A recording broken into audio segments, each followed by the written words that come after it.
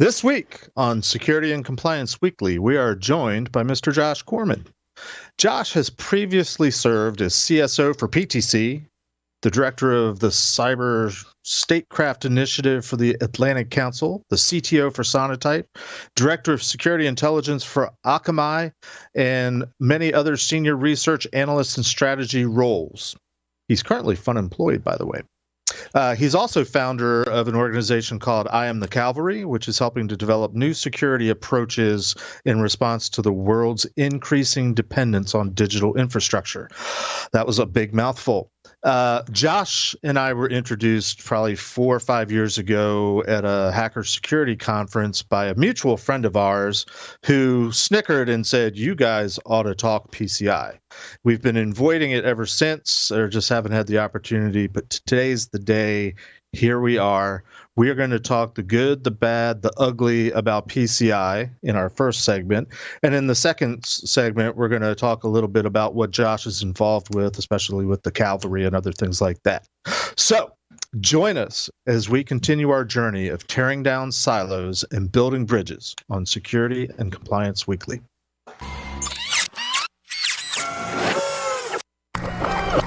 This is a Security Weekly production.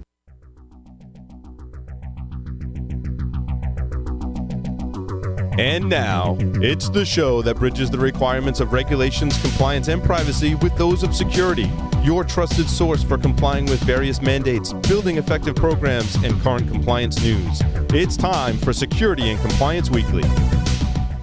RSA offers business-driven security solutions that provide organizations with a unified approach to managing digital risk that hinges on integrated visibility, automated insights, and coordinated actions. RSA solutions are designed to effectively detect and respond to advanced attacks, manage user access control, and reduce business risk, fraud, and cybercrime. RSA protects millions of users around the world and helps more than 90% of the Fortune 500 companies thrive and continuously adapt to transformational change. For more information, visit securityweekly.com/RSA Security. Welcome to episode 30 of Security and Compliance Weekly. We are recording live streaming on June 2nd, 2020. I'm your host, Mr. Jeff Mann, and joining me today are my illustrious co-hosts, Mr. Scott Lyons, Mr. Josh Marpet, and Mr. Matt Alderman. Gentlemen, welcome. Your term is way better than the one I used for these two yahoos. Oh, come on. We're at episode 30. You've been dealing with us now for what, months? Yes, come that's on. True. Yahoo's join with me today are my Yahoo at this friends. point. There you go. I'm at least a hooligan by this point, not a Yahoo anymore. Okay, come on.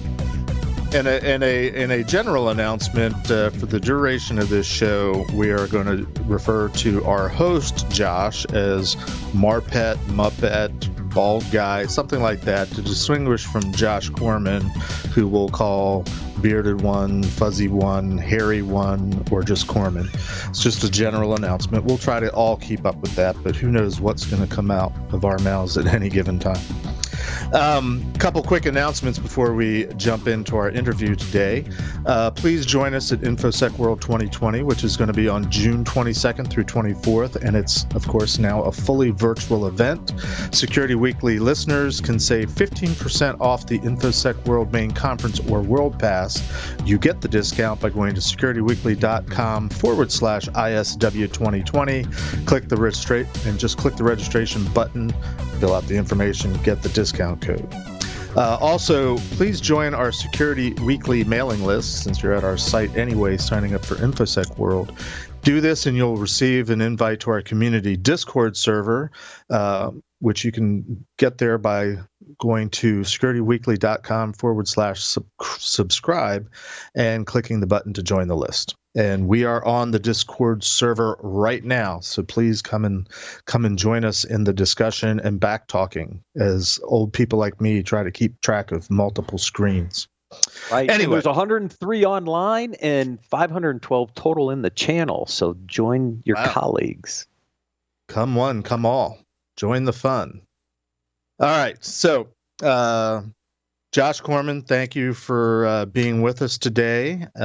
We've been putting off this conversation for quite a long time. So welcome, Josh, Mr. Corman. Mr. Bearded Fuzzy One? Bearded fuzzy one. I think we both qualify. Say for something. That, to be honest.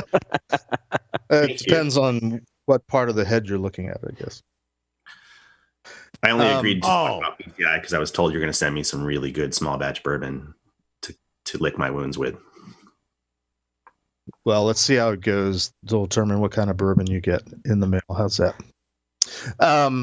So I didn't really know the backstory on Josh and all his strong feelings about PCI until we did our prep call a week ago. And, we don't have time to go into all the details, but suffice it to say that for over a decade, Josh has been poo-pooing the idea of PCI for various reasons. And our mutual friend who introduced us, who knows that I love to go on and on about all the great things of PCI, I think was, essentially setting both of us up for an interesting discourse.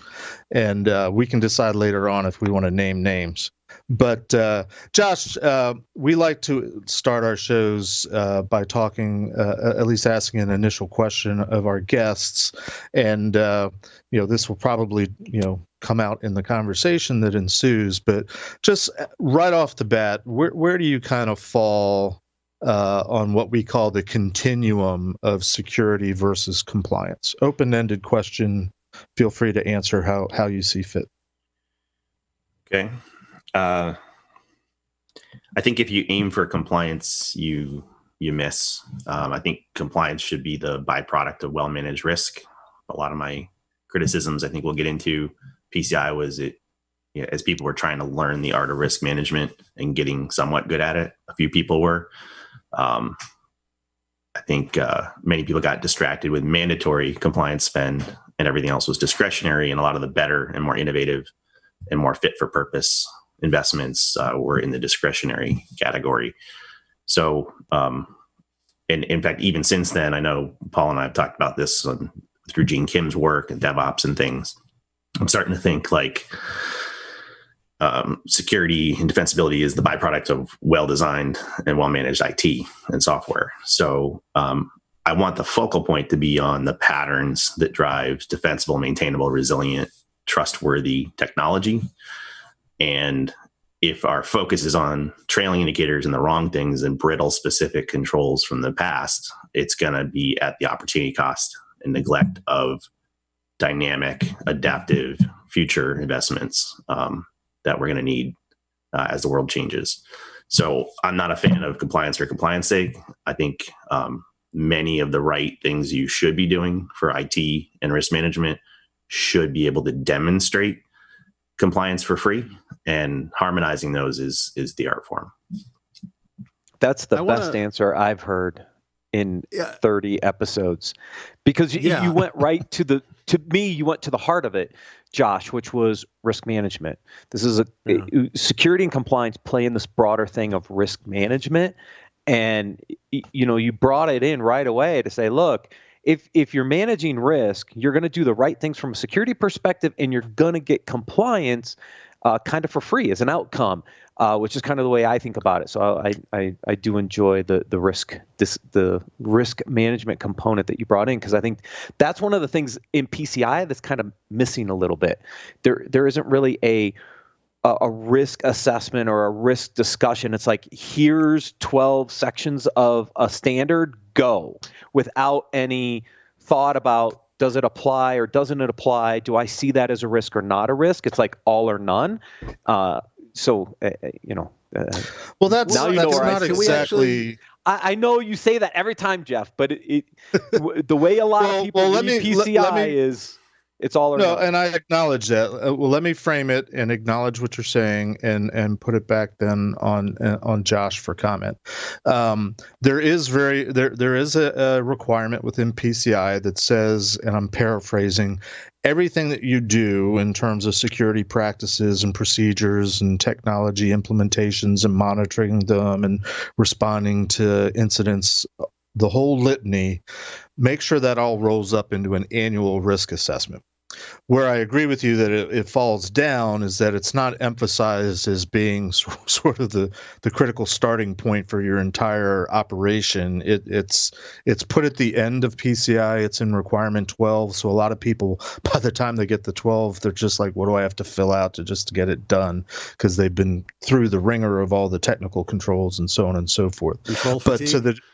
But to the degree that it's in there, yes. Is it emphasized? No. But what I heard Josh say, and what I'm interested in getting his take on is, or Matt or anybody, is the responsibility then for security, or specifically, Josh, you made it sound like it's the responsibility of IT. So in the form of a question, is it really, or where does the responsibility for risk fall? Where does the responsibility then for security and compliance, in whatever form that takes, fall or should fall within an organization? Well, there's a lot of things packed in there. So one thing Jeff and I, you're welcome. I'll pivot into your answer. One thing Jeff and I discussed, because I had no interest in rehashing stuff that I kind of put to bed in 2010 and 2011. So I was reluctant to do this rehash unless it leads to something productive. So I promised I'd try to explain the apparent contradictions between me hating PCI regulations from 2010, 2009, and where they stood there, to yes, he's right. There have been some adjustments and improvements and softenings, not as far as any of us would like, but I wanted to pivot to what are the attributes of good incentives and regulations versus bad ones, so that we have a lens with which to see the things that, are happening with IoT or with FDA medical devices or with software transparency, because I am now advocating for those. And in the second segment, I think we'll tease out some of those attributes. But Jeff promised not to be an apologist for PCI, at every turn. And I promised to grant the positive aspects of regulation and compliance, to be fair about it. But as far as that responsibility, the cliche answer isn't far from the truth, which is kind of security is everybody's responsibility. The RSA conference had me do a Pecha talk or Pachachka talk, one of those 20 slides that audio advance every 20 seconds, back in 2011, I think they did. And the title was Why Zombies Love PCI. And in it, I kind of did something for a joke, to use a zombie apocalypse metaphor for why PCI wasn't going to work as is. And it's now the basis, the heart of a 6-hour module I do for Carnegie Mellon University's CISO graduate program. And I meant it as a joke, but I can recount it here in probably one breath of oxygen. There's it's a pyramid with 4 levels, and the bottom stuff matters the most, like the food guide pyramid, and the top stuff is the empty calories. And what I said is the key determinant in surviving the zombie apocalypse isn't what you do. It's the IT defensible infrastructure, the IT that you procure, you build, et cetera. It's if you're running through a field, do you see hordes of the undead wanting to eat your brains? Do you run towards the brick building or the dilapidated wooden barn? The IT we choose dictates if we have a fighting chance. The second most important layer of the pyramid isn't security stuff either. It's, do your fellow survivors act as a unit and calmly and methodically? It's the people process stuff. It's the IT operations. It's things like Gene Kim wrote about in, not in the Phoenix Project, but rather in Visible Ops for security when he worked on a project with CMU. And the third most important idea, if you have defensible infrastructure and it's well maintained and operated and people don't panic but act cohesively in a planful way, that's the things like, do I know what I have? Do I know when it changes? Do I tolerate 0 unplanned changes? Those are the top 3 findings of world-class IT. The third one starts to get into security. It's, do we have situational awareness? Do we have door sensors and floodlights and cameras to know, who's attacking us from which direction? Are they vampires or zombies or werewolves? So it's the eyes and ears to notice whispers and echoes. And we are very poorly instrumented in a lot of IT. So the kind of security that provides broad and pervasive visibility into what's going on both within your kingdom and in the broader industry, things like threat intelligence and community and information sharing. And then the last tippy top of the pyramid is the brittle countermeasures. It's the, If you're fighting zombies, you want, to go for the head. If you're fighting werewolves, you need, silver bullets. If you're fighting vampires, you need wooden stakes. So it's the specific brittle fit for purpose countermeasures should subordinate. And when I put them all together, security teams tend to have budget influence and authority and sphere of control over just the top two. So of course we hover there. And if you look at most of the PCI controls and a lot of the older regulatory controls, they're the specific brittle countermeasures, or maybe things like situational awareness was starting to creep in. But like the real gains are, do I have defensible IT that's well owned and operated, well instrumented, and then do I defend it with my finite resources in an economic way? Now, I don't think we went over that on our prep call, but when I say security is everyday responsibility, a lot of CISOs have shifted to informing and influencing IT procurement choices, merger and acquisition, building architecture choices with the CIO, with the CTO. One of the reasons I love DevOps is it's a boundary spanning function where they're in architecture, development, design, development, test, production, et cetera. And they talk more often with each other. So the sphere of control we've been isolated to on the top two pyramid levels, you start to have influence, a sphere of influence across the bottom two. And in my senior leadership positions, the most important things I did was change the way we produce software, shift them from waterfall to agile or agile to CI/CD.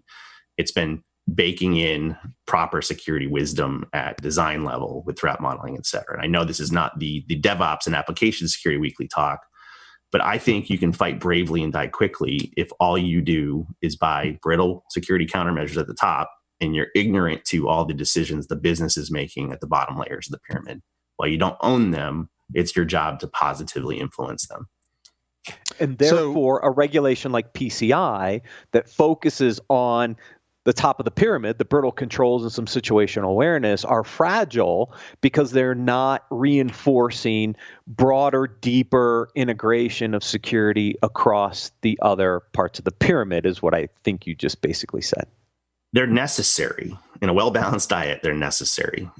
They have to be subordinate to and contextualize within the bottom two layers for the real We need wins. to determine whether this is a zombie pyramid or a food pyramid, because it's getting very confusing about the brains. Zombies eat brains, right? So it's a brain pyramid.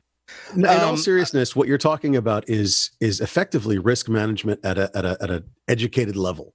Risk management involves having all of this information and all of this instrumentation and all of this knowledge about yourself, about your environment, about everything around you, the people around you, the infrastructure around you, et cetera.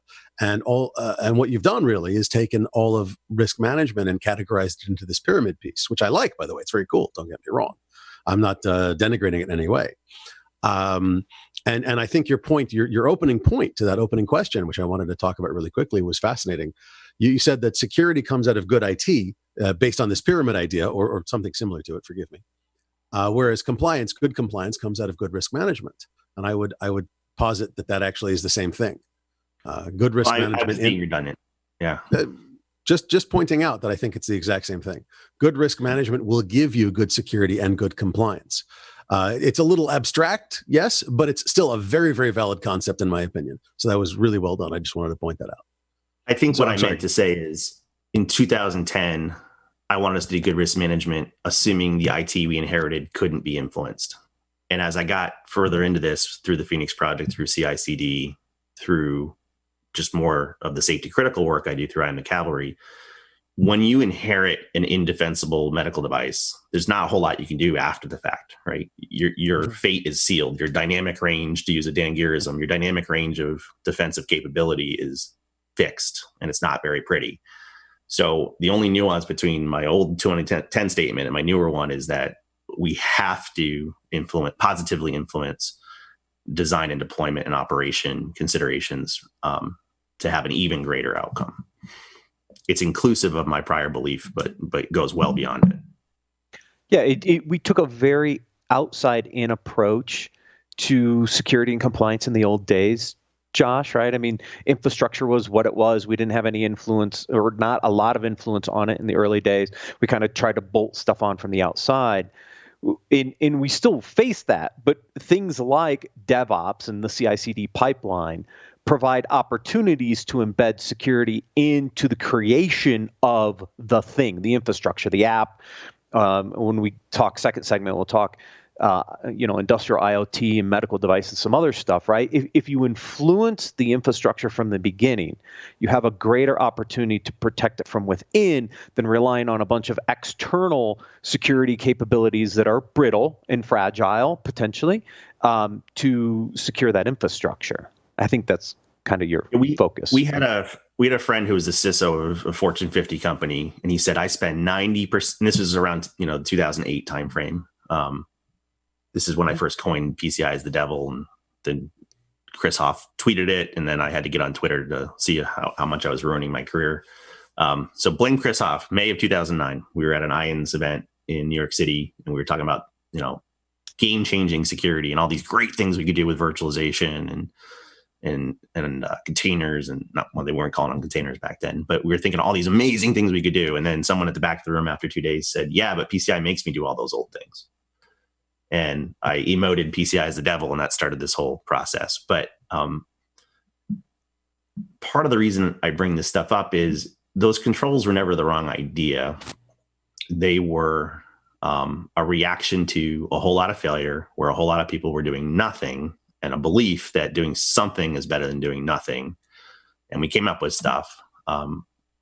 My visceral innate concern of it, though, was that I saw people doing better than PCI, a couple people, not everybody, right? A minority doing real risk management. And as soon as the economic downturn happened, there was, CIOs were basically saying you can spend your compliance mandated spending and not a penny more. So the good stuff got shelved, and the old stuff, the rearview mirror stuff, was the only thing we could spend on. And we kind of made this Faustian pact where, we channeled everything through a compliance mandate instead of doing the work to make a good risk management decision. So that begs the question, Mr. Corman, Josh, where I've seen PCI, quote unquote, be successful is that it has driven many companies that were my customers over the years to do more with security than they already would have. To sort of build on your pyramid analogy, where you put PCI, fine. PCI is or has been used as a motivator where it really shouldn't have. But that notwithstanding, the few companies that you saw doing better than PCI back then, or bring it up to today, what is or can or should be the motivation for companies, or more basically, how do you get companies to care about security or risk management outside of being dragged to it by PCI or some other compliance or regulatory requirement? Well, I'll try to answer that. It's going to be, you'll be the first if you do, but go ahead. But I mean, the reason I was talking about 2009 is one of the 50 people, top 50 CSOs said 90% of my time and energy for my entire team is collecting log files to show the QSA. Like, they were doing manual log file collection, right? This is before log file management got better. And that's why I knew this was just wrong. This is not the way to use talent. This is not the way to use security people. And one of the reasons, in contrast, I love things like CI/CD and DevOps is with orchestration automation. Like, if compliance requirements are coming, you can have evidence, captured evidence as a byproduct of your orchestration automation layers. Like, you have a change audit log of everything that happened. You can instrument stuff and throw it all to the right places and groom it in a way that each of the 1 through N regulatory auditors need. So that's not your question. I think part of the issue is, if you have to do, I'm going to reframe it slightly. If you have to do mandatory compliance for PCI or Sarbanes-Oxley or GLBA or whatever regime is coming next, there's a lot of them. When I was at Akamai, I think we had 20 different regulatory regimes. We had one risk management program we had to translate into proof of 20 different customer and regulatory audit regimes. So one to many. You've done it wrong when your time is spent proving you're doing a bad job. You're doing it right when you're doing good things and you have evidence for what you're doing that makes the auditor happy, right? And it was supposed to define a minimum. We ended up getting the finish line instead of the starting line. So how do you make them care? It's hard to make anybody care about anything they don't care about, but in their job that they're paid to do, it can be more effective. Generally, human beings want to be effective. They want to do a good job, and just collecting log stuff isn't necessarily fun or challenging. And I know that compliance involves more than collecting logs. I'm just latching onto it because it was so visceral when that top Fortune 50 CISO said, all we do is collect log files and show it to the auditor. What is he not doing? What is his team not doing when they're doing that?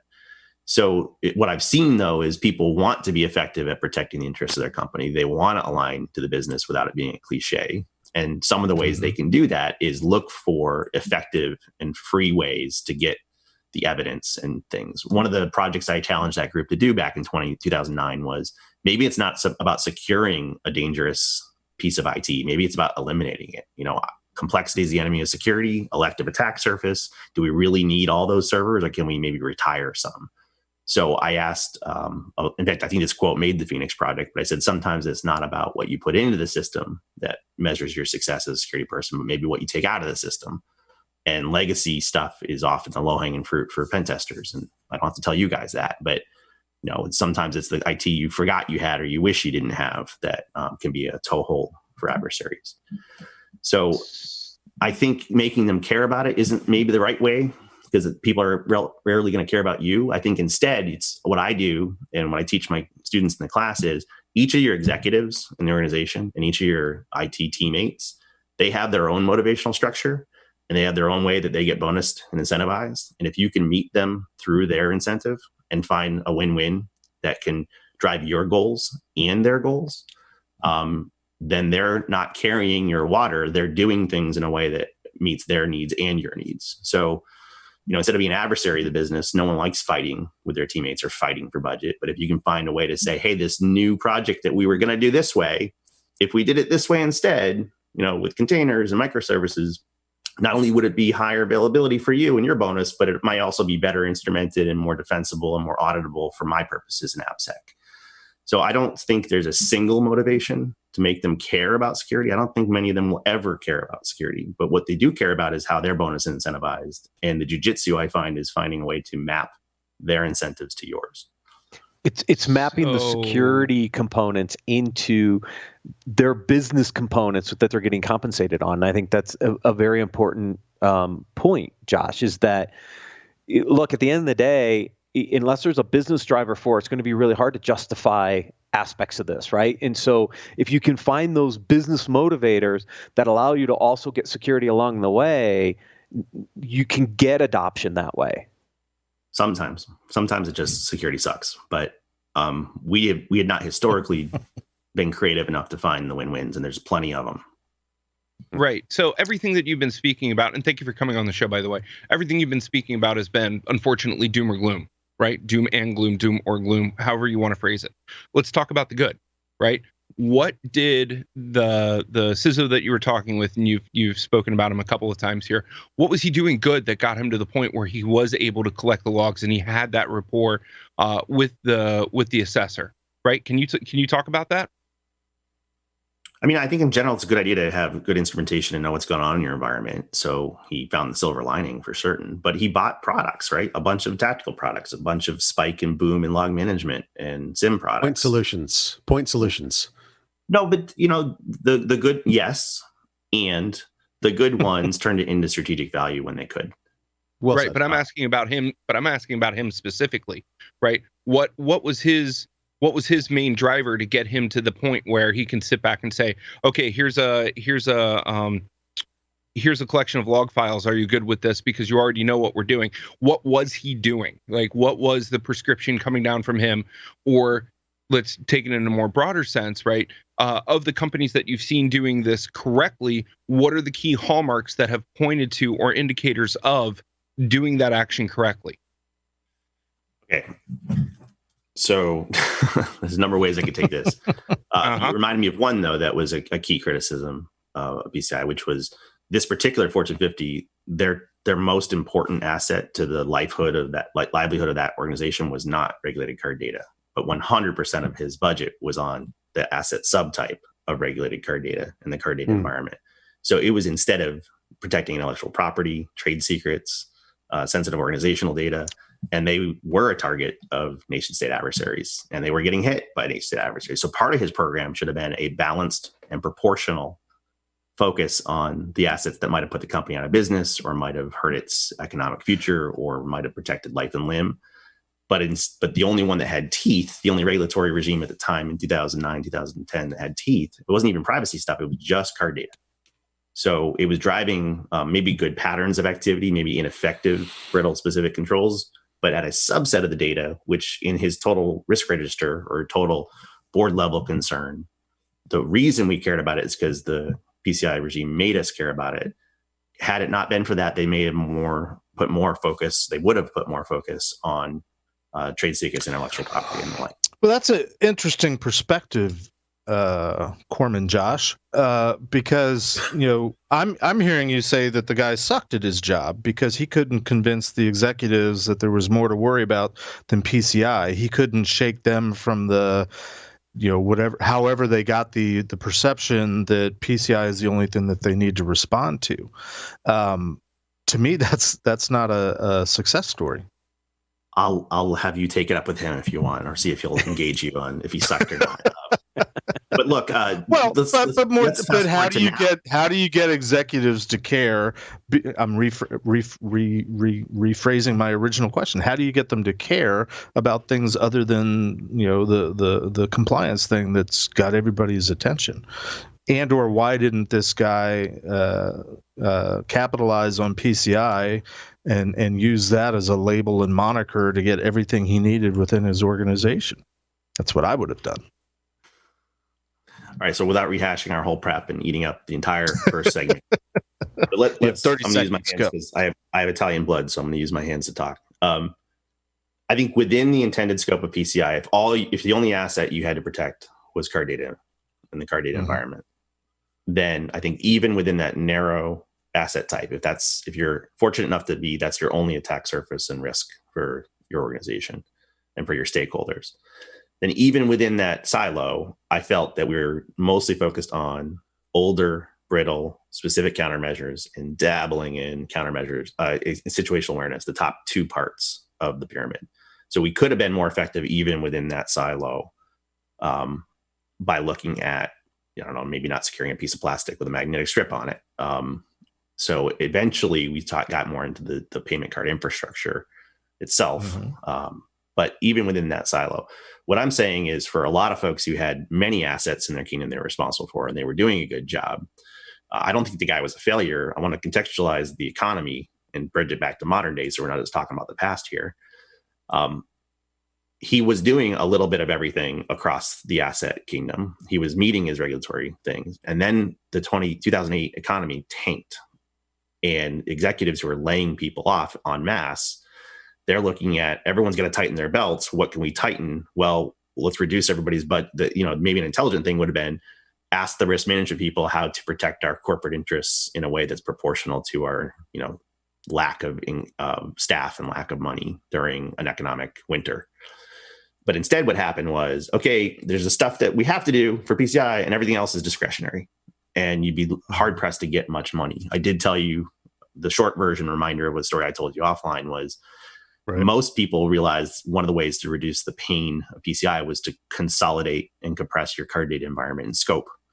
I encountered some of these CISOs who deliberately ballooned their scope and put credit card data in R&D areas so they could actually get an intrusion detection device in an R&D building that otherwise would have been completely blind. So they very subversively exploded their PCI scope to be able to still get budget to do some level of risk management beyond card data. That's exactly what I'm talking about.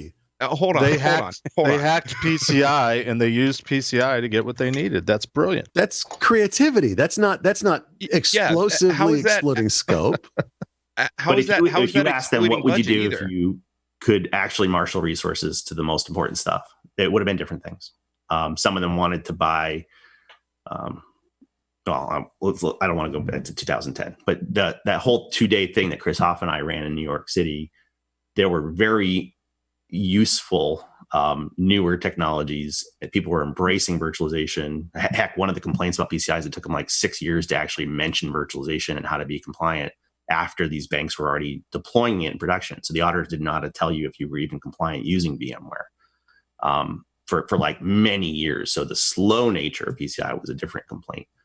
But people were doing good and creative things and had to kind of stop the good and creative things and do the required things. One of the analogies I used was the No Child Left Behind Act. The talk that I finally articulated myself better than just saying PCI is the devil was I compared PCI to the No Child Left Behind Act for education.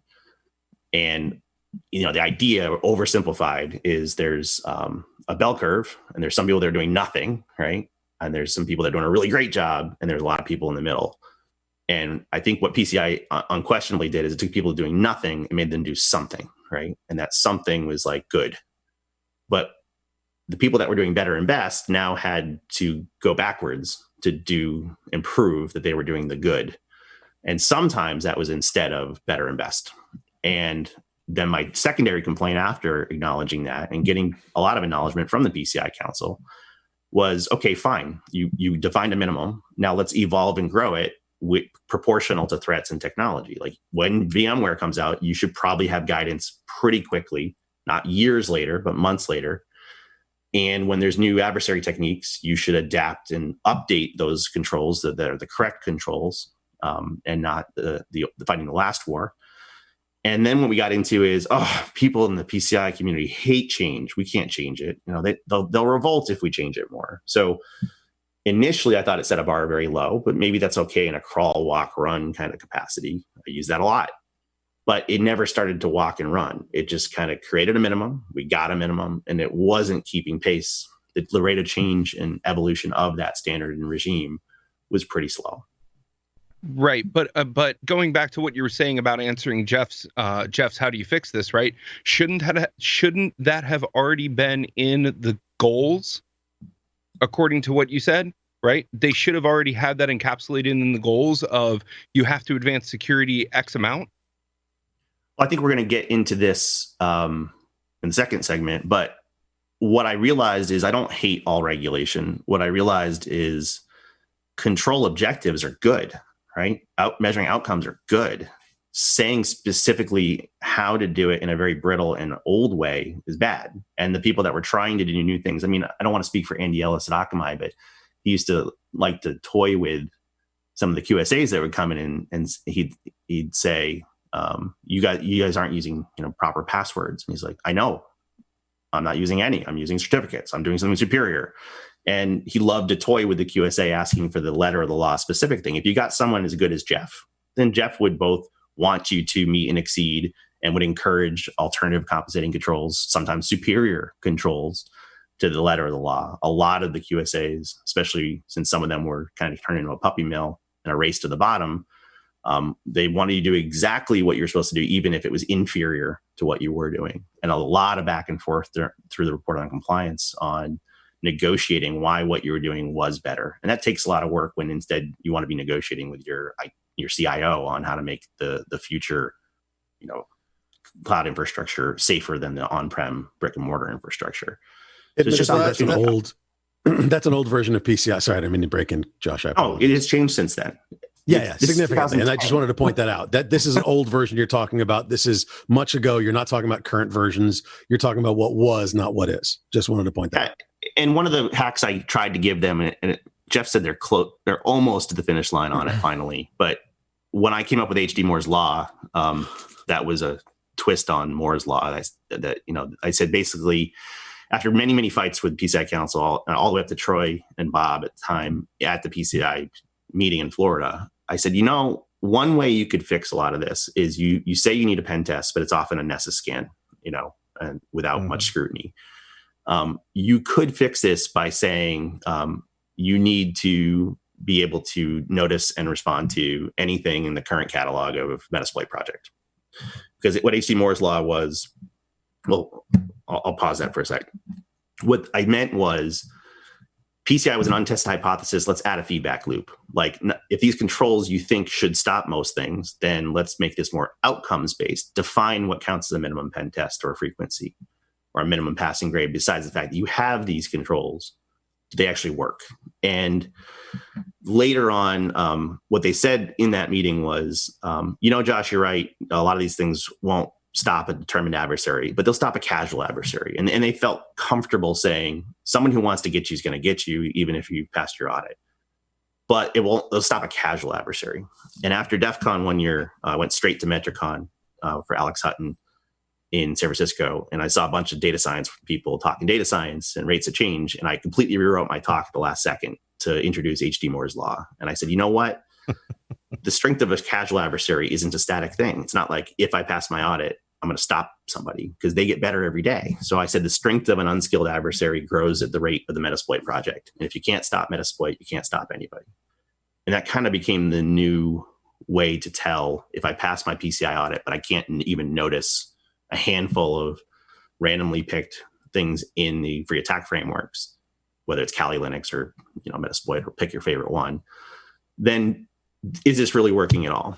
And by adding that feedback loop, what I was trying to do is if they could tie the hypothesis of PCI to a continuous evaluation of outcomes, they would salvage most of those control types, because people would be focused on how well does it work, not do I have them, but how well does it work? And I'm going to call that to heart. And it sounds like from what you said, Jeff, they mostly got there by bridging and finally fleshing out and defining something more than an ESSA scan. Well, they're getting there. And I was going to call party foul very quickly and just point out you've referred to it as the PCI audit. It's technically not an audit, it's an assessment, but the whole world thinks of it as an audit, which is one of the reflections of what's wrong with PCI that I would concede. When you were looking at PCI, I would have accepted an Nmap result, frankly, as an assessor, right, the way pen testing was defined at the time. But now they have built into the standard, one of the requirements is you have a documented penetration testing methodology that looks at things inside and out, network level, application level, and do it periodically or after significant changes.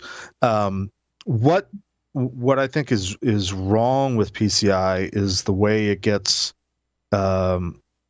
misapplied. Not what's there, but the way it gets misapplied by people trying to reduce it to a bare minimum, make it a checkbox. But also, it's built into it is there's an assumption that somewhere in the ecosystem there's an expert that's helping you make the right choice and understand the nuance and what's built into PCI. And very often that's the QSA, the Qualified Security Assessor. And I realized more and more, not every QSA out there started at NSA, started the first NSA red team, had 20 years of InfoSec experience before becoming a QSA. I was maybe perhaps a tad overqualified. And I'm not singling myself out, just to say that there's a lot of mileage in terms of the quality of QSA, and even if they understand their role. But we have run long. We need to take a quick break. We will be back shortly, and we're going to try to shift gears a little bit and talk about the good that can be used in terms of regulatory and compliance. And we'll talk a little bit about the things that the Corman Josh, has been doing lately. So stay tuned. We'll be right back.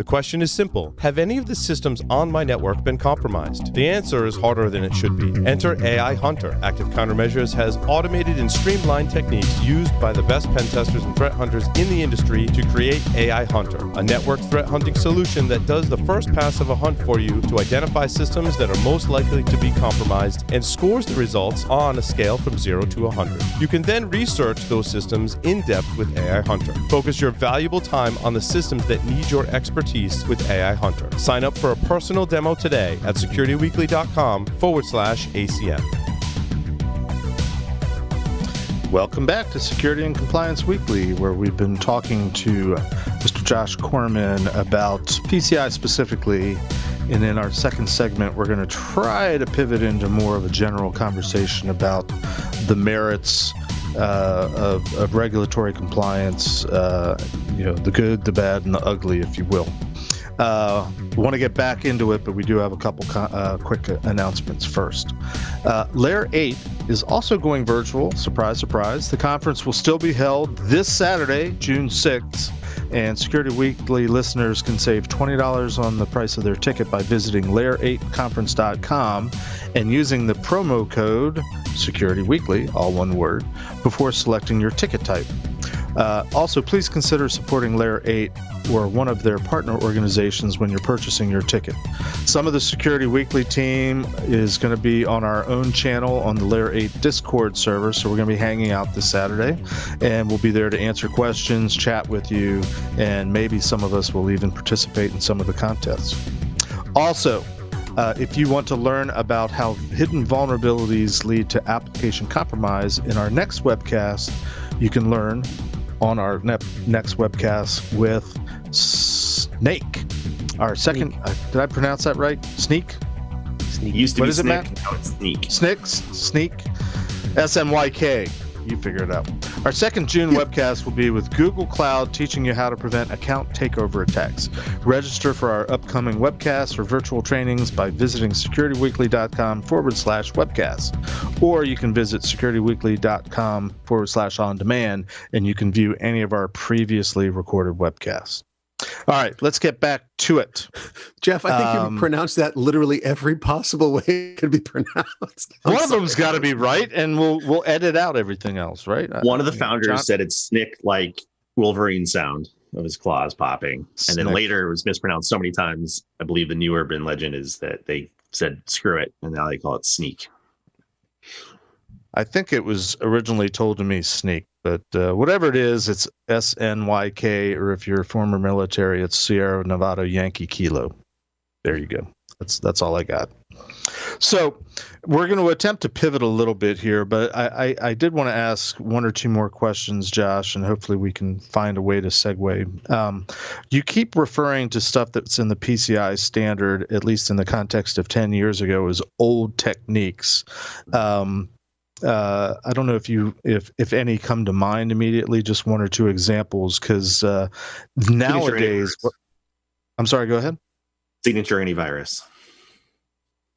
Fair enough. In a lot of cases for card data environment, whitelisting was as good or better to lock down a system and whatnot. Okay. And that's kind of what I wasn't very loud. Yeah. Well, and I assume that's probably one of the directions you were going to go, to which I would simply respond, the requirement is for antivirus and anti-malware. At the time, it was mostly go out and buy McAfee, go out and buy Norton's, whatever the popular solution was. But very early in the 2000s, the idea of whitelisting solutions became very common as a way to meet those requirements. Although technically they had to be written up as a compensating control, because whitelisting works a little bit differently than a signature-based antivirus control. The promise of version 4 of PCI, which is slated to come out early next year, I believe, or Q2 of next year, and details I'm not allowed to go into, I'm sworn to secrecy, but the concept is that's something like whitelisting or any other sort of alternative way to meet a control objective is simply going to be accepted. You're not going to have to go through the rigmarole of doing a compensating control anymore. At least that's what the promise is. We'll see what happens. And thus back to Josh's discussion about we're finally getting version 4 in 2021, and the regulation's been around since what, 03, 04? And we've only gone through 4 revisions? A little slow, right, Josh? Well, no, not exactly. All right, we're not going to be PCI apologists, and I'm not going to kick a puppy when it's down. We want to talk about like good and bad and ugly and how to tell. Keep talking. I'm going to count out how many revisions there have been.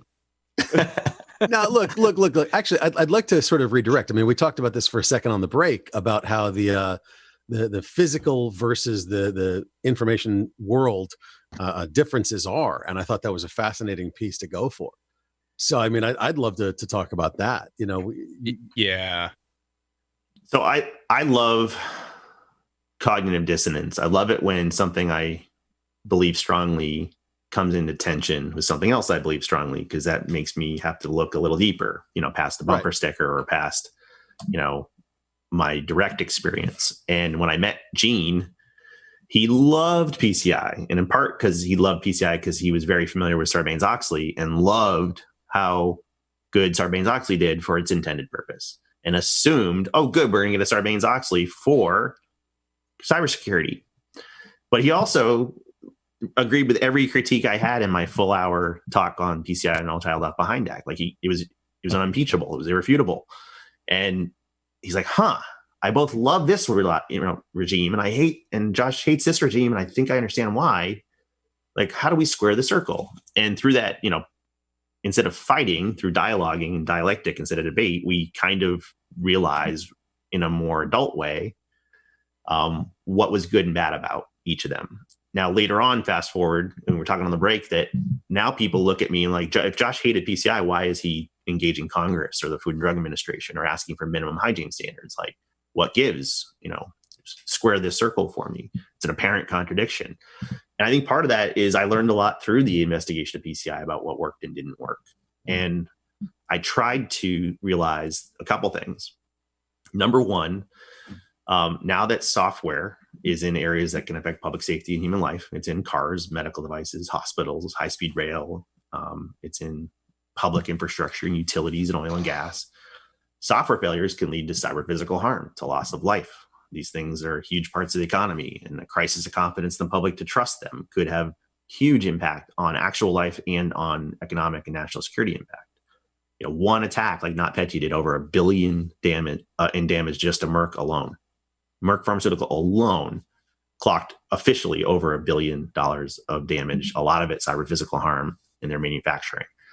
You know, the WannaCry attacks on hospitals affected 40% of the UK's health delivery.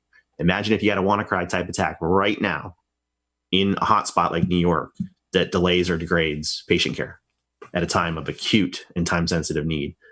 So cyber physical systems scare the bejesus out of me. So now belief number one is, okay, if we have a regime for cybersecurity of card data, replaceable card data, and we still get breached all the time, we don't even have minimum hygiene standards for things that can kill you, maybe we should look at that. So I started asking if we could make a PCI type thing that didn't hurt, that didn't keep us stuck, that made security better. How do we take the intentions and improve on them? But then if you take cybersecurity out of it, the second thing is every industry that has the potential to hurt people eventually gets some form of regulation, whether it's cars needing seatbelts, whether it's restaurants needing minimum sanitation codes for the kitchens, whether it's aviation, everything that has the ability to hurt someone is going to get regulated. So even if you hate regulation, now that software can hurt people, we're going to get regulation. And the channel. Okay, so where's the regulation? It's going to be where's good the or regulation? Where's Josh? Where's the regulation for pacemakers and other IoT devices that people use in hospitals? And if you say it's coming through HIPAA, I'm going to say, show me. No, I'll answer your question directly in a second. Sure. So one is we've dabbled in good and bad compliance in IT and IT security So we have some lessons to apply for these higher consequence things. Number two is every industry, whether it's cybersecurity related or not, does get regulated if it has the potential to affect life and limb and physical property. So we're going to get some regulation. The question is it good or bad, helpful or harmful? But it's going to happen. And therefore, number three, I'd rather the hackers and the geeks get to the table early to nudge and shape and sculpt what those regulatory responses are going to be. So if we just kind of do the see no evil, hear no evil, we're going to end up with something. That something could be really bad. If we try to get involved and roll up our sleeves, it might be slightly more clueful and literate. And then we started peeling into, okay, most of my complaints early on about PCI were brittle specific things from the past that we kind of codified into the future. Maybe we should look first to regulate evergreen things that are always valuable, like be patchable or avoid fixed credentials, or, you may not write bug-free code, but if you have a coordinated disclosure program, inviting researchers act in good faith to give you issues without suing them, maybe you're going to have a better program and feedback loop than if you don't have those things. So as we started to say, we're going to have regulation because these are safety critical, they could be helpful or harmful. One lens was, what are the evergreen things that'll be true 20 years from now that we could encourage as positive process? But in the process of doing that, we have been working directly. When I say we here, I mean Cavalry. So let me not put off your answer for very long. I was going to go somewhere else, but we went to the Food and Drug Administration and the people that regulate CARS, which is the NHTSA, NHTSA, and other safety critical regulators. And we tried to bring 5 primitives, 5 evergreen things that could help to make these digital infrastructures more defensible. And I framed it as terms of postures towards failure. We said all systems fail. How do you handle failure? The first one was called the 5-star automotive cyber safety framework for connected vehicles. We did it on our first birthday at DEF CON. Remember that. So that was great. Great. Almost 6 years ago. The better adoption was actually the one we called the Hippocratic Oath for connected medical devices. It's the same 5 things, just slightly different language. We wrapped these primitives in the language of the demographic we were speaking to. So the FDA was more sympathetic than the automotive industry. But what those things was, if all systems fail, how do you avoid failure, take help avoiding failure without suing the helper, capture, study, and learn from failure, contain and isolate failure, and respond to failure? And they have fancier language, but I think, for example, respond to failure, we said inoculate against future failure in the Hippocratic Oath. So the easiest one to Google is just go to imthecavalry.org/oath, and you'll see the Hippocratic Oath. What that was meant to do was stimulate some common ground and some minimum basis, not a comprehensive regime, but a minimum basis for the FDA. And what they did is I'll try to keep this less wonky. They have 2 regulatory levers already. They have pre-market guidance, which is everything you have to do before you can bring a new device to market, and post-market guidance, which is this is how we're going to decide to recall you or not if something bad happens from a cybersecurity. So they have kind of, as we built trust, they took those 5 primitives and baked them into the pre-market and post-market. The pre-market first attempt when we were getting to know them was 2014. The first version of post-market was 2016. And in it, they start saying things like, if you have a coordinated disclosure program and you can mitigate your issue in 30 to 60 days, then we might not recall you. You can handle it on your own. So while they didn't have the authority to require coordinated vulnerability disclosure programs, they essentially say you're an idiot not to have one. And they've been very pro-hacker, showing up at DEF CON Biohacking Village and the We Heart Hackers initiative for several years now, and regularly participate in our Cavalry track at B-Sides Las Vegas. So they fully embraced hacker inputs to try to ratchet up that bedside infusion pump you're speaking of. So there's a ton of stuff in the market that wasn't patchable, that has hard-coded passwords, that if you try to change the password, you might void your maintenance contract. And those things are significantly less defensible. The newest pre-market guidance that came out about a year ago, it's almost ratified. It requires you have a threat model before you, a formal threat model before you submit. It requires that you have a software bill of materials, or SBOM. I'm pretty sure Jen Ellis would have mentioned it because she's been involved in it as well. But that's the SBOM effort coming out of FDA, and also by NTIA, Commerce Department, Alan Friedman, who's been on your show before, or one of your shows before. He's been on one. What's that? I think he was on Application Security Week. He was on Application. Correct. But SBOM type becomes a transparency mechanism, and that allows lots of stakeholders to identify and avoid known vulnerabilities in their medical devices to maybe precipitate and accelerate that identification and patch and remediation cycle. So, Josh, for the benefit of our audience, what does SBOM stand for, please? SBOM is a software bill of materials. Think of it as an ingredients list of all the third-party and open source libraries in your product. I'm largely to blame for this. Yeah, so Jen called it the cyber bill of material yesterday. She called it the cyber bill of materials yesterday. Cyber bomb is what she. There was I think this is the language they're using in the UK. Yeah. Oh yeah, the UK also has the C-bomb. That's right. Yeah. There's a D-bomb as well, digital bill of materials, but they're all struggling with their name. But the idea here is it's not a nutrition label yet, although some people are talking about extending it to be one. The idea is merely, not as the author of the task force report. So I was on a congressional task force for healthcare cybersecurity for 2 years. And right before we started, Hollywood Presbyterian Hospital shut down patient care for a week due to a single deserialization flaw in a single JBoss library in a single device. Took out the whole hospital.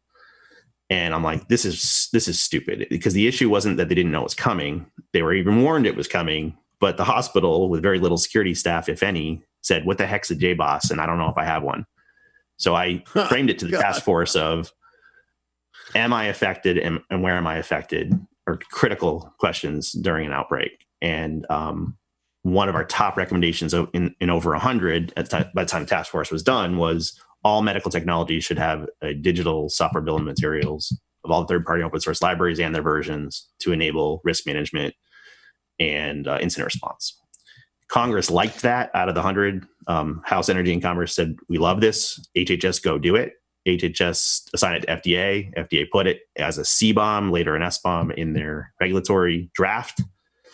And then Commerce Department, this is where they come in. Alan Friedman said, and all of Commerce said, wait a second. If FDA comes up with a standard for medical devices, what if it doesn't work for non-medical devices? We should have a multi-stakeholder, multi-industry, voluntary best practice working group on SBOMs that work for everybody.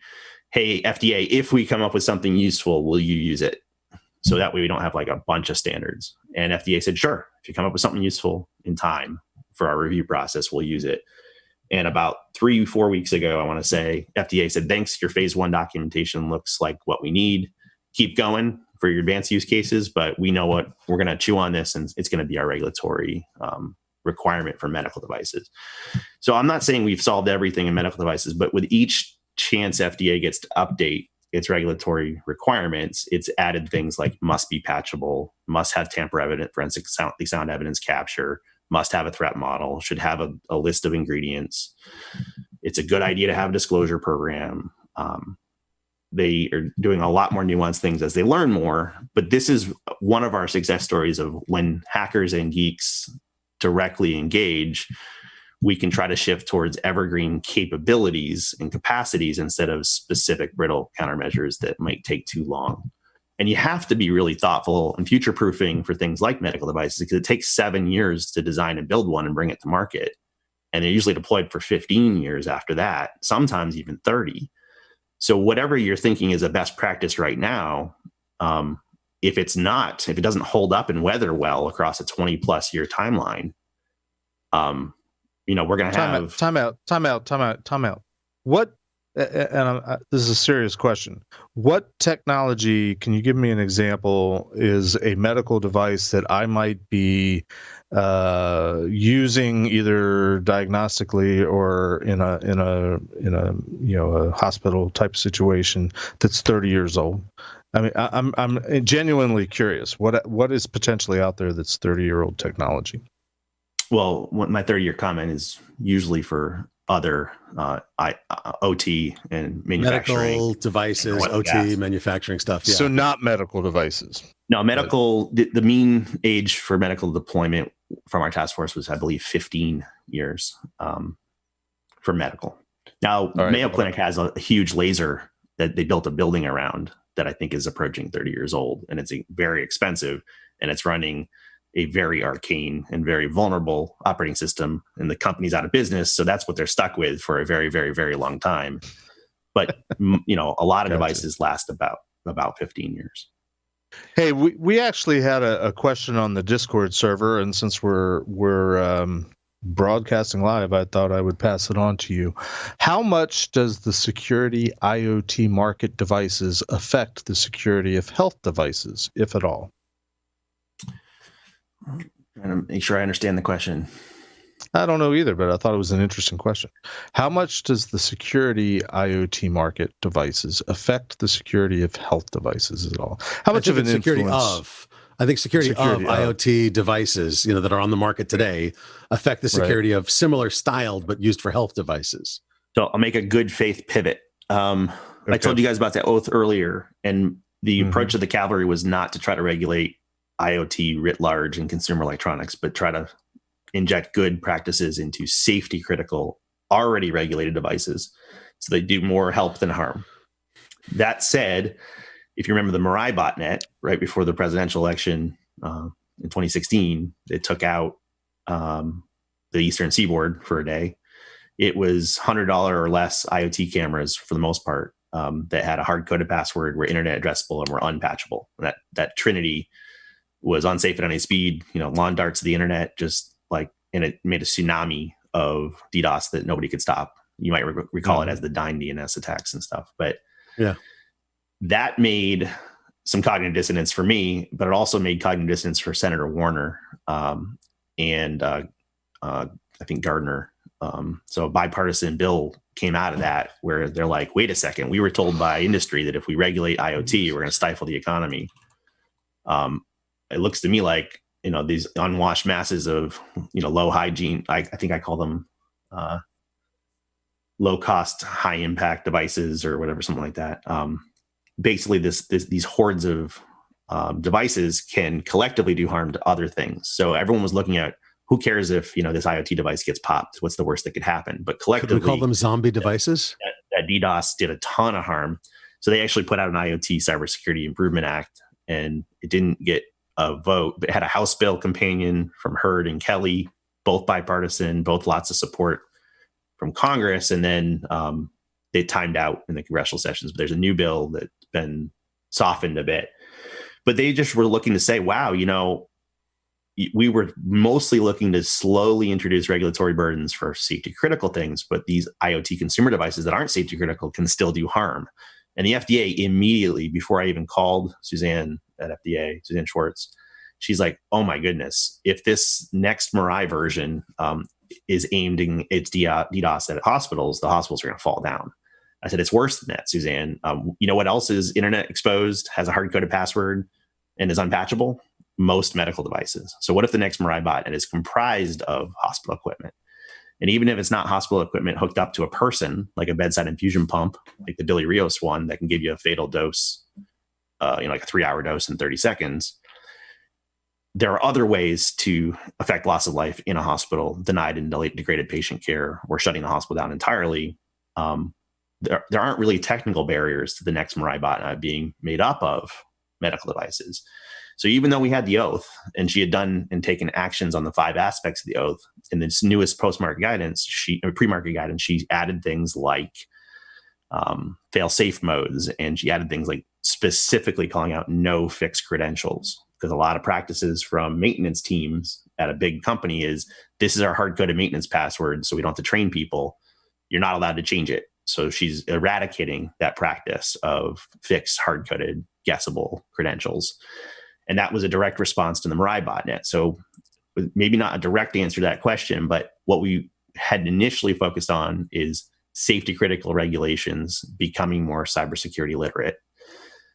What Congress is doing and what the IoT actions of the state of California and the country of the UK and some of the European guidance that I think Jen spoke to, they're taking those said same primitives, those minimum evergreen kind of principles, and they're turning them into even consumer labeling and minimum requirements for hygiene.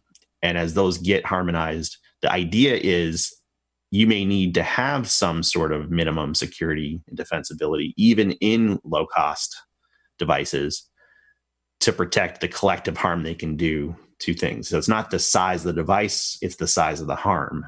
And that's a very uncomfortable truth, because we're not even yet through our experiment on regulating a medical device, let alone knowing how to make broad sweeping regulations on, any and all things coming out of the Computer Electronics Show each January. Yeah. So this is an area where, regulatory science gets important. And we said we're going to do a professorial lesson, but there's a couple different ways different industries regulate, and there's trade-offs for each of them. But I think what we're coming to is at least saying we're going to have something regulated, whether we want it or not. How can we make it more helpful than less helpful? And how do we use the right type of incentive structure that's fit for purpose for something as dynamic as cybersecurity, but something as important as safety critical? Yeah, we did not, unfortunately, get into the UK consumer IoT as much as I wanted to yesterday, because Paul hijacked it all on vulnerability disclosure. However, what I think is interesting in that regulation, Josh, is it talks to some of the base requirements that you talked about. Passwords have to be unique, can't be factory default. There has to be a point of contact for disclosing vulnerabilities, and there has to be support for updates to these devices to get them fixed for a period of time. That's kind of the basics of what's in that UK consumer IoT law, which also would be very valid in the medical device side, but maybe additional ones. So what I think the UK did, which is kind of the first ones to do this, is set some base guidelines that I think are a starting footprint for what you could see evolve, not only in consumer IoT, but other industrial IoT. And that's kind of where I put biomed and, all the stuff with aircrafts and all those other devices, right, that have some sort of industrial use as well. Yeah, I think what we're seeing is parallel action on specific regulatory regimes for a safety critical industry, like FDA for medical, like NHTSA for cars. Those are happening, and we're trying to make them look similar and focus on the 80-20 rule of these primitives. Bo Woods and I in the Cavalry worked with some of our volunteers and made a cyber policy database. And we kind of looked at where did our primitives matriculate into which policies, and it's a big and growing expansive list. And we didn't invent the idea of being patchable, but when we started engaging public policymakers, we said we had to have a short list, we had to have accessible language, that it should be highest impact for least investment, and we should be consistent. And one of the reasons you see, whether it's the US bill or the UK bill, a lot of the same language is because we've been fairly consistent in explaining what they are, why they're important, and using similar nouns and verbs for them. So the UK took it further. The many of the things in the 18 things the UK wants for, and I'm not going to go through all 18, they cite all their sources. There's a huge glossary linking to them, and they're linking to a lot of US and cavalry-ish sources. And what they did is they kind of asked for everything in a voluntary capacity. Eventually, what the US did in parallel was they said, here's 5 things we want in the IoT bill. Those 5 things got narrowed down to 3 things that, the Chamber of Commerce and industry didn't completely hate. Whereas the UK said, no, we want the 18. Their government said these shouldn't be voluntary, they should be mandatory. And then they went down to 3 that are mandatory. But the lists are fairly consistent. And it's in part because we're trying to make sure we're talking about the right things and we're participating in all the right places. And by we, I mean both cavalry and all the hackers that aren't cavalry that are engaged in these things. And there won't be enough, right? Even if we get everything we've asked for, it won't be enough because this is the adaptive, evolving problem set. But maybe we're in the fight. The most interesting argument we had with the car regulators was they said there's zero proof that anyone's ever been hacked. There's zero evidence of harm. I said, correct, but if you don't require forensic sound evidence capture, you'll never have that evidence. Like, if someone did hack and kill somebody in this car, would you ever know? And the answer today is still no. And they're really reluctant to require logging, right? So when we talk about primitives, we mean like security enabling capabilities, not so much like go buy McAfee antivirus, but security enabling things like logging and patching. Well, when you're dealing with a car, cars are a special case. You've got 4 different subsystems that talk to, 30 to 40, if not more, components in multiple different languages, how are you going to be able to translate encryption across those languages? 1, 2, be able to understand exactly which system was the infection path, right? And if you can sit back as a regulator and tell me that this is pinpoint where we need to start, right? I'm going to say, like, has it been tested? Because to me, that's BS. Has what been tested? Like, Scott, has what been tested is what he asked. Has what been tested? Has the carbon tested? The infection path been tested? How they get in? How they get out? Right? Like, has that had some sort of security laced on top of it? Right? Like, years ago, I wanted to do. Go ahead, Josh. 5-star is just trying to get the basics so they could run tests, much less actually get them tested. Yeah, it's not meant to say if you have these, you're not going to get hacked. It's putting you in the game. It's a beginning set. It's not even. It's the ability to say, hey, you can see what happened if you have no memory. Like they literally build cars with zero memory these days. So without basic telemetry, how do you know what's going on from a performance perspective, a security perspective, or any other perspective? Right. We could easily talk for several episodes about cars. I'll pick one that I think gets to the spirit of this. If you assume cars will be hacked, any one of the, up to 200 or more, I haven't even looked lately, but there were some cars with 200 unique computers on it, right? In a flat, wide open CAN bus architecture, flat, or nearly flat, high side, low side. If you compromise any one of them, you had unfettered access to everything else. So one of the things we said in the 5-star is, can we separate critical systems from non-critical systems? So if Chris and Charlie hack the stereo, right, infotainment, they should never be able to disable the brakes, safety critical, but they could, right? And the reason is there's no segmentation and isolation in most of these vehicles. Now, Tesla was playing with some sort of segmentation, a lot of them doing logical segmentation, and that was being compromised. But when we're talking primitives, I mean really basic foundational primitive things, like maybe safety critical systems should be separated physically from non-safety critical systems. And even that is not yet adopted. If you look at the whole 5 list, what do we have? The first one is, do you have a published declaration of your safety by design? Nobody has done that. Number 2, we have a little bit of lights. Do you have a published coordinated disclosure program? We have Tesla, we have GM, we have Fiat Chrysler, and Toyota join the fold, right? And there are varying levels of quality of those disclosure programs, but 4 of them have said, we won't sue you, right? So 4 out of 20.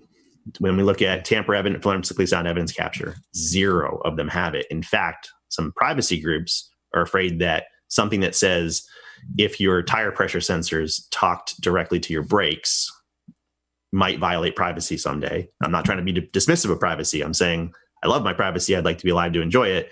Privacy people are fighting hard against the idea of evidence capture anywhere in the car's system, even if it's not about the humans, the drivers, or locations. Number 4 is, are you patchable, right? And very few car companies are actually over-the-air patchable. Some of them require you to use a USB key or have your dealer do it, and the patch rates on those have been terrible. So patching isn't even ubiquitous across the 20, the ability to be patched at all. And then lastly is, do you separate critical systems from non-critical systems? And the only one even close was Tesla, where they had their infotainment on automotive Ethernet and the rest of things on traditional CAN bus. So out of the 5 things that were written and published 6 years ago, August 1st will be the 6-year anniversary of publishing that, we don't have much movement on automotive makers. Not 0. In fact, the act of having those disclosure programs has gotten a lot of good and positive movement from GM and the people that have them, because they're finding more bugs, they're fixing more bugs, they're making better architectures. But it's still slow. The regulator itself has not yet required it.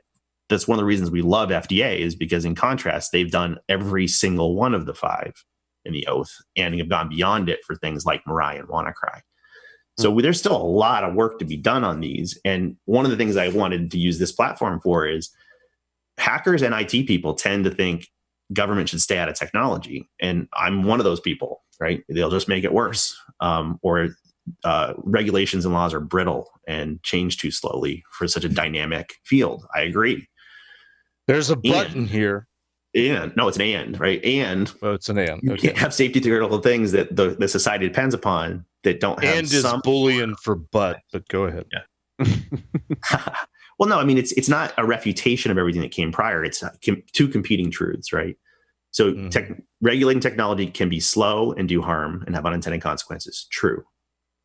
Safety critical things need regulation. True. So then it becomes what's good and bad regulation look like, and that's why. I gave a way too long a lesson to Jeff, but there is a short version of the 3.5 categories of ways that one could approach this. And what we're experimenting with is some intelligent mix of those. And I think the PCI saga has been very useful for showing one type of those 3.5 approaches and what did and didn't work about it, so that we are smarter this time through when we're talking about medical devices, cars, or consumer electronics. And what I want the audience to hear is don't just hear fire good, fire bad whenever you hear, public policy. Dig in, look a little closer and say, okay, if they're going to regulate, and this is an if, right? Conditional statement, if they're going to regulate, which regulations are more helpful and less helpful? I personally think it's quite helpful for us to have promulgated coordinated vulnerability disclosure. It further decriminalizes research. We've had exemptions in DMCA and CFAA. We have DOJ prosecutorial guidance. We have the Hack the Pentagon program. FDA is encouraging it. Almost every federal agency is going to have a disclosure program soon.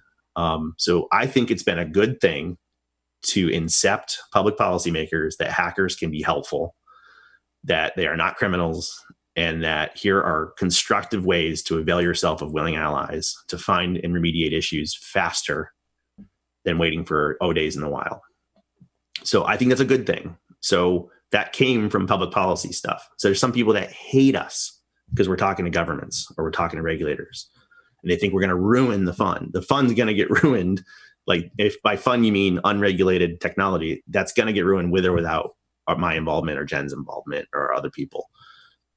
What we want to do is bring a voice of reason and translate technical issues so that they're aimed at the right kind of things that help our job or help our profession or help our hobby be useful.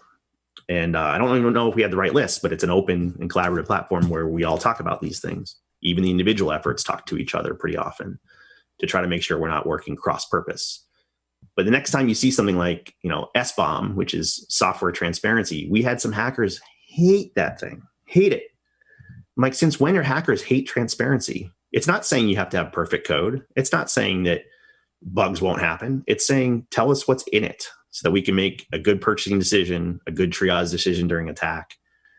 We know when we may need to patch something or not. We know how to focus our limited testing from 200,000 devices in the hospital, maybe down to 20 that might be affected. But we have hackers who hate it, in part because we hate government involvement with technology. But we're going to have to not dismiss any and all attempts at safety compliance and regulation or IoT compliance and regulation. Instead, we should be advocating for the ones that are least harmful or even most helpful. Yeah, it's been as a somewhat unbiased, I use the term loosely, third-party observer of the hacker community. The irony of the hacker community, which in general hates the idea of any kind of government intervention, government regulation, and yet you guys come along and say, well, the only way we're really going to ever make any headway is if we regulate. That is not lost on me. We could go on, obviously, for hours and hours. Every time you make a comment, I'm like, okay, that's a whole nother topic we could spend an hour on. Unfortunately, and we've blown the doors off our usual time allotment, but no apologies required. But I will give you just a moment just for any parting thoughts, any parting pitches. What is the bottom line takeaway you want to give to us, and then we'll wrap. So if you are struggling with your own opinions and feelings on should we or shouldn't we regulate technology and IoT, I share your pain. It is a natural feeling. I spent a significant chunk of my career railing against PCI and other things that I thought might hurt things. But I think my general framing on this is we're over dependent on undependable technologies affecting public safety and human life. We're increasingly dependent on these things. So we got to figure it out. Now, I don't think we all have the answers, but I think part of that solution is going to be some form of public policy, regulatory standards, compliance, and whatnot. So we have to reckon with ourselves as to which things do we have enough consensus on that we can get behind. They're going to regulate something. Let's hope it's helpful versus harmful. And if you want to start getting engaged, there's a number of ways to do so. IamTheCavalry.org is one. We do Hackers on the Hill. I think we had 60 of you show up and do briefings this year right before ShmooCon on Capitol Hill. But keep an open mind on these things, because whether you signed up for this or not, as the world increasingly depends on digital infrastructure, we do cybersecurity for that digital infrastructure. So they're increasingly depending on you. And you're going to play a role. It's going to be a positive, negative, or neutral role. I'm hoping it's at least neutral, but ideally positive. And it's going to involve some form of regulation. Help dig in to find what's right with them and nudge them towards more right, instead of just saying, fire bad, regulation bad. This is probably longer conversations, but come talk to us about it, because my call to action for you guys is, even while we were setting this up, some of that ransomware that was hitting hospitals when I started the task force is now deliberately targeting COVID response. And this is going to directly affect your family and the people you care about. So I was hoping ransomers would not target hospitals and nursing homes, would not target ventilator supply companies and ampules, would not have a spate of espionage on therapeutic research and vaccines, but they're doing it, and they're doing it a lot. And if you want to take your skills, ransomware is boring. It's unsexy, but it is impacting the broader society and culture. So I would love for some of you to ask, how can you help and fight the doldrums? Start applying all the things that we know from our profession, and start asking how you can assist in helping these hospitals with these unsexy but high impact attacks that are going on. Several of us are working with DHS and HHS and other agencies behind the scenes. CTI League and others are doing threat intelligence with your day job skills funneled into those organizations. Whether they're bragging about it online or not, there's quite a few people volunteering their expertise to try to help on these unsexy but high impact things like ransomware. And maybe that's my departing thought, is whether you're going to get involved in public policy or not, you can be part of the solution for public safety. And I encourage you to find a way to do so. All right. Thanks, Josh. Maybe we'll have you back again sometime, because we could certainly keep this conversation going. If you haven't gotten anything else out of it, security and compliance and risk, it's complicated, and there are no clear-cut, cookie-cutter checkbox answers to any of this. That's going to wrap us for Security and Compliance Weekly this week. Josh, thank you very much for joining us. Appreciate it. Everybody stay safe, stay involved, look for ways to get involved. Lots of issues out there today. Until next time, this is going to be a wrap.